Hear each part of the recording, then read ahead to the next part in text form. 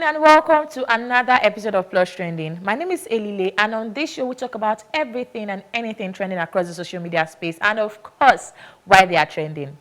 Nigeria is home to over 200 fintech stand-alone companies, and you cannot talk fintech in Nigeria without mentioning Flutterwave, which ranks amongst the top 10 fintech companies in the country, thus making this story all the heavier. Now, David Hudain, a Nigerian journalist, alleged that Olugbenga Agboola, the CEO of Flutterwave, enables global political manipulation.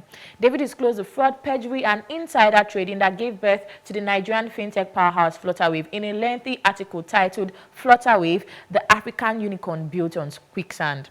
Now, according to the journalist, backed with shocking pieces of evidence, the founders of the tech startup participated in insider trading, identity fraud, sexual misconduct, and other alleged crimes. Agboola is alleged to have created a phantom co-founder identity to give himself more shares in the company's early days and offered share prices below the company's valuation to employees who wanted to cash in on their vested options. These employees' stock sales, the story alleged, went on in an investment vehicle Agboola controlled. Other allegations included that he did not disclose to Access Bank, his last employer, that he was simultaneously working for them while building Flutterwave in the latter's early days, thereby taking unfair advantage of his position and assets at the bank. There was also suggestion of sexual relationships with subordinate female staff members at Flutterwave. Now, this story has caused quite a stir on social media, and although Aboyeji, one of the co-founders of the company, has taken to Twitter to address these allegations, saying that they are false, the people still have a lot to say about the article and the allegations in it. Let's see what they've been saying. At Kofi Emeritus says, this Flutterwave issue should not have any impact on the resilience of the Nigerian startup ecosystem. It's a company, not an ecosystem scandal. There have been several similar scandals in the US and Europe, but it didn't shake the confidence of VCs in these regions. A certified justice says, after an hour-long read, I can't stop uttering Omo. In fact, I've exhausted all the Omo in my mouth. The Nigerian startup governance culture and its varying dynamics need to be studied differently. I mean, a culture so unconcerned about the rightness of things. At Chidi by Nature says, according to several sources, GB, Ingi, and for some reason Herbert Wigwe flew to the Washington, D.C. for an SEC hearing where they allegedly testified under oath that GB never worked simultaneously at Flutterwave and Access Bank. If true, this will open up a can of worms. At Carter for Dave says, you know what's funny? This guy actually created an alter ego like Clark Kent, Greg, he who shall not be named, just to be able to greedily accumulate money. Three things you can never hide: the sun, the moon, and the truth. His time has come. You can't suppress it for so long. Julian Wagner says, I see comments on how this story will hurt African startup ecosystem. On the short term, yes, but in the long term, with more David Hudain's, trust will come. Same stories happen everywhere. Trust comes when you know the bad guys will be exposed and won't get away with it. I can't agree more. At Ima Udobio says, I think it's very wrong to publish a story without reaching out to the actors or victims, as the case may be, except your mind was already made up on the direction the story should go. This story is a fait accompli on people you don't like or have a score to settle. I read through the article, and if you haven't seen it yet, rest assured it's a whole lot to take in. And although co-founder of Flutterwave, Aboyeji, has refuted these allegations, Olugbenga Agboola is yet to give any statement. Here are some more reactions.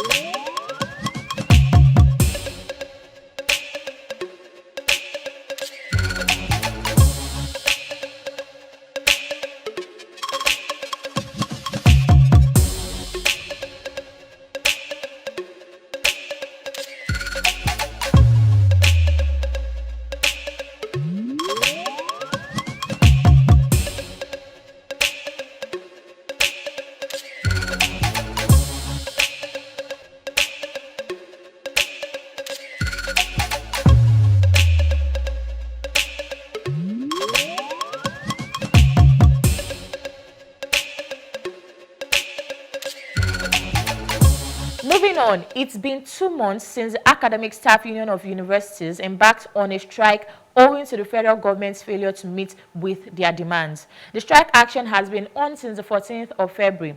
ASUU says it has no plan to reopen public universities anytime soon.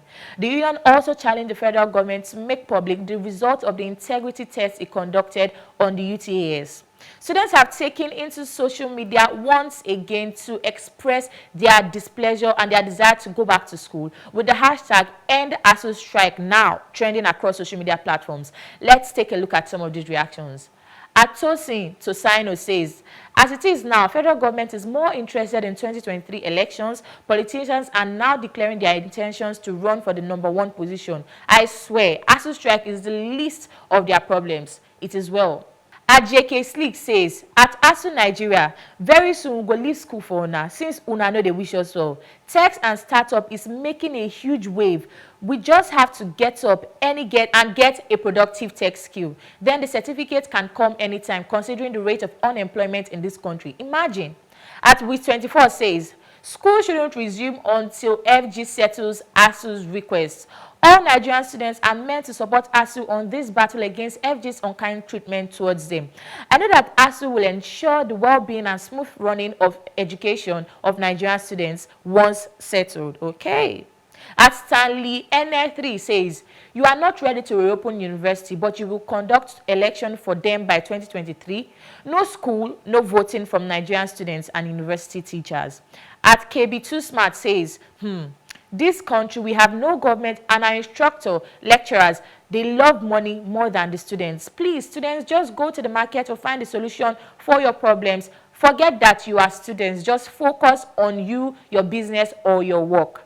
At Hassan Idris says, dear Nigerian students, time flies by while you wait for ASUU to call an end to the ongoing strike. You can't get back time. The wise spend that time learning high-income skills that they can monetize tomorrow.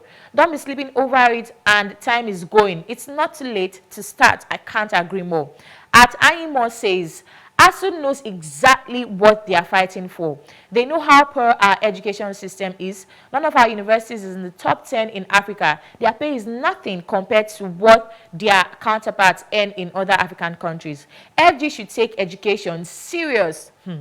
61 days now. How much longer are these students going to sit around with the bone of uncertainty about their schooling hanging in their throats? Now, here are some more reactions.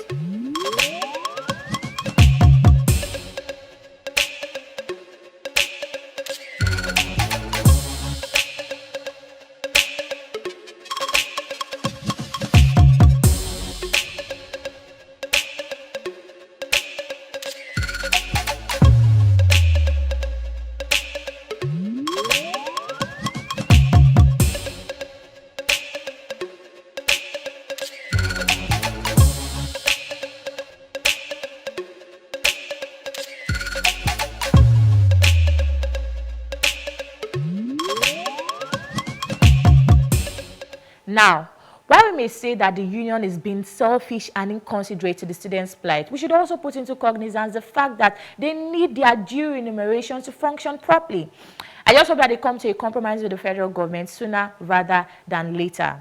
So I think that is a very, very fine place to leave the conversations for today. But do tell all your opinions using the hashtag #PlusTrending or send us a message on WhatsApp. Thank you so much for joining me on the show today, guys. Do not forget to tune into PlusTvAfrica on StarTimes channel 308 and DSTV channel 408, or visit our social media pages and subscribe to our YouTube channel at PlusTvAfrica Lifestyle for more trending topics. Thank God it's Friday. Signing off is your favorite girl, Elile. Have an awesome weekend.